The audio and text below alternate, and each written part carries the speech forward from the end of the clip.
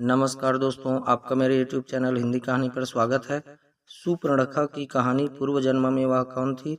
मित्रों, आज के वीडियो में हम रामायण के एक प्रमुख पात्र सूर्पणखा की कहानी पूर्व जन्म में सूर्पणखा कौन थी आदि रहस्यों को जानेंगे।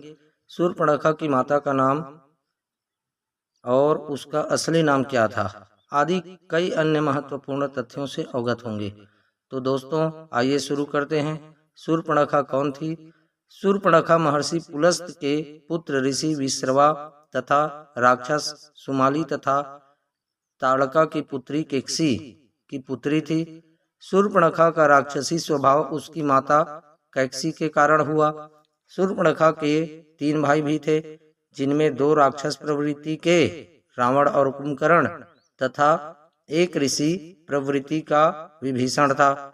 विभीषण का स्वभाव महर्षि विश्रवा के समान था, इसलिए रावण, कुंभकर्ण, सूर्पणखा सहित केकसी भी विभीषण घृणा करती थी। सूर्पणखा के पास कई मायावी शक्तियां थी, जिससे वह उड़ सकती थी, इच्छा के अनुसार रूप बदल सकती थी। सूर्पणखा की माता का नाम क्या था। सूर्पणखा का माता का नाम केकसी था, जो राक्षस सुमाली तथा ताड़का की पुत्री थी। इस कारण वह अपनी मां केकसी की तरफ से राक्षस कन्या थी, जबकि सूर्पणखा के पिता का नाम ऋषि विश्रवा था, जो ऋषि पुलस्त के पुत्र थे। इसलिए पिता ऋषि विश्रवा की तरफ से वह एक ऋषि कन्या थी, किंतु सूर्पणखा पर अपनी मां के स्वभाव का प्रभाव अधिक पड़ा, जिससे वह राक्षसी बन गई। सूर्पणखा का असली नाम क्या था। सूर्पणखा का असली नाम मीनाक्षी था, क्योंकि सूर्पणखा की आंखें मछली के समान थी। सूर्पणखा बचपन से ही चालाक और बुद्धिमान होने के कारण सुंदर भी थी। सूर्पणखा का विवाह दैत्य राक्षस कालिके के पुत्र विद्युत जिह्वा से हुआ था, जो रावण के समान ही बलशाली तथा मायावी विद्याओं में पारंगत था। विद्युत जिह्वा 3 लोकों पर राज्य करना चाहता था, किंतु रावण और विद्युत जिह्वा के बीच तीनों लोकों का अधिपति बनने की बात पर युद्ध हुआ। तो उस युद्ध में रावण ने अपने बहन के पति विद्युत जिह्वा का वध कर दिया। सूर्पणखा का वास्तविक नाम सूर्पणखा नहीं था, उसका वास्तविक नाम था मीनाक्षी, क्योंकि उसकी आंखें मीन के समान थी, किंतु मीनाक्षी के नाखून राक्षसों की भांति बड़े बड़े सूप के समान और नुकीले थे, इसलिए मीनाक्षी का नाम सूर्पणखा हो गया। सूर्पणखा का अर्थ होता है बड़े बड़े नाखून धारण करने वाली स्त्री, अर्थात बड़े बड़े सूप के समान नाखून रखने वाली को सूर्पणखा कहते हैं। सूर्पणखा की कहानी। राक्षसी प्रवृत्ति वाली सूर्पणखा महर्षि विश्रवा और राक्षसी केकसी की पुत्री थी, जिसका विवाह दैत्य कालिके के पुत्र विद्युत जिह्वा के साथ हुआ था। विद्युत जिह्वा रावण की तरह ही शक्तिशाली मायावी था, किंतु असुर साम्राज्य का अधिपति बनना चाहता था। लेकिन रावण को यह बात पसंद नहीं आई और रावण तथा कालिके के बीच में युद्ध हो गया। दोनों ओर से मायावी शक्तियों और अस्त्र शस्त्रों का प्रयोग किया गया और मायावी युद्ध हुआ, किंतु अंत में राक्षस राज रावण ने कालिके के पुत्र विद्युत जिह्वा का वध कर दिया, जिसकी खबर सूर्पणखा को मिली कि उसके पति की मृत्यु उसके भाई रावण ने ही कर दी है। तब सूर्पणखा अति क्रोधित हो गई और उसने उसी समय प्रतिज्ञा की कि वह रावण के संपूर्ण विनाश का कारण बनेगी। रावण ने भी अपनी बहन सूर्पणखा को समझाकर खर और दूषण के पास रहने के लिए दंडकारण्य वन में भेज दिया। उसी समय दंडकारण्य वन में भगवान श्री राम और माता सीता और भाई लक्ष्मण के साथ रह रहे थे। एक बार सूर्पणखा दंडकारण्य में विचरण कर रही थी, तभी उसकी दृष्टि भगवान श्री राम पर पड़ी। भगवान श्री राम का रूप सौंदर्य देखकर वह उन पर मोहित हो गई और काम वासना प्रेरित होकर उनके समक्ष सुंदर मोहिनी रूप में प्रकट होकर विवाह की इच्छा करने लगी। किंतु भगवान श्री राम ने कहा कि वह पहले से ही विवाहित है और एक विवाह के पश्चात दूसरा विवाह नहीं कर सकते।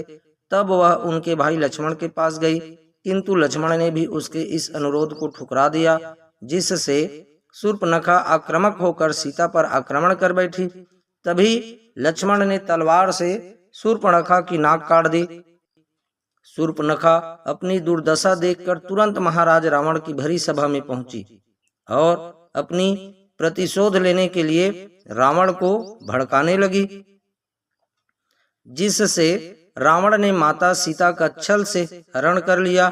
इसके बाद भगवान श्री राम ने वानर सेना के साथ रावण सहित समस्त दैत्य राक्षसों का वध कर दिया। इस प्रकार शूर्पणखा ने अपनी प्रतिज्ञा पूर्ण की। अब आइए जानते हैं शूर्पणखा की पूर्व जन्म की कहानी। शूर्पणखा त्रेता युग में राक्षसी प्रकृति की अनीति अत्याचार पर चलने वाली एक महिला थी, किंतु वह राक्षसी बनने से पहले एक अप्सरा भी थी।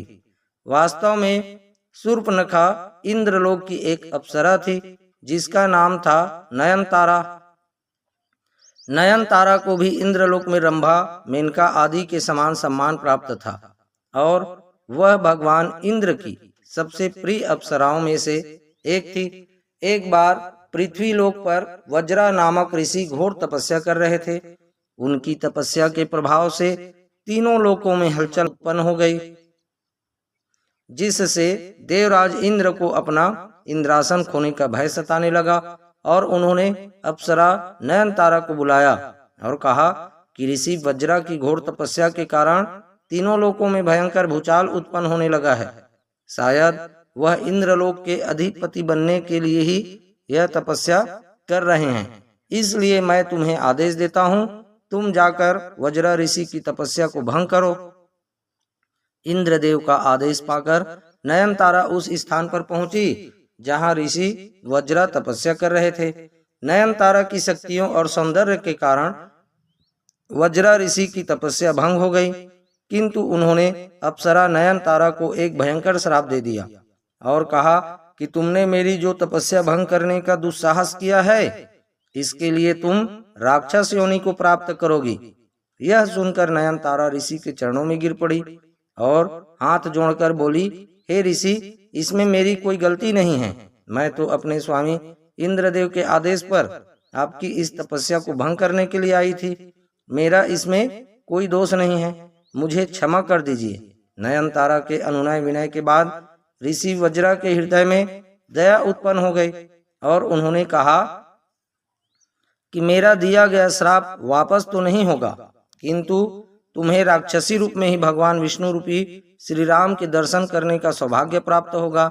नयनतारा ऋषि वज्रा को प्रणाम करके वापस इंद्रलोक में आ गई और उन्होंने देवराज इंद्र को समस्त घटना के बारे में अवगत कराया।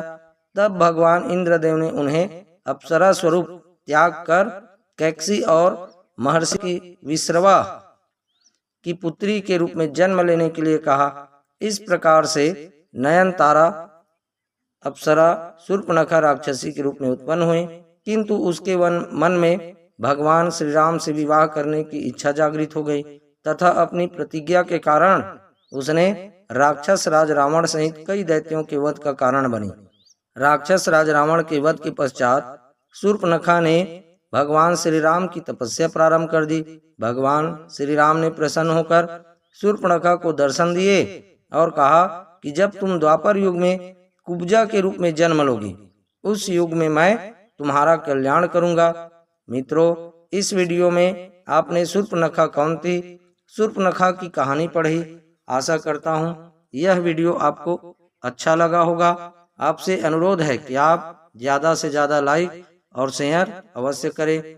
दोस्तों, नई और अच्छी मोटिवेशनल, पारिवारिक, रोचक, दिल छू लेने वाली कहानियों और पौराणिक कथाओं को जानने के लिए आप मेरे YouTube चैनल हिंदी कहानी को सब्सक्राइब अवश्य करें, ताकि जो भी वीडियो अपलोड करूं वो सबसे पहले आपके पास पहुंचे। धन्यवाद। आप हमेशा खुश रहें, मुस्कुराते रहें। जय श्री राम।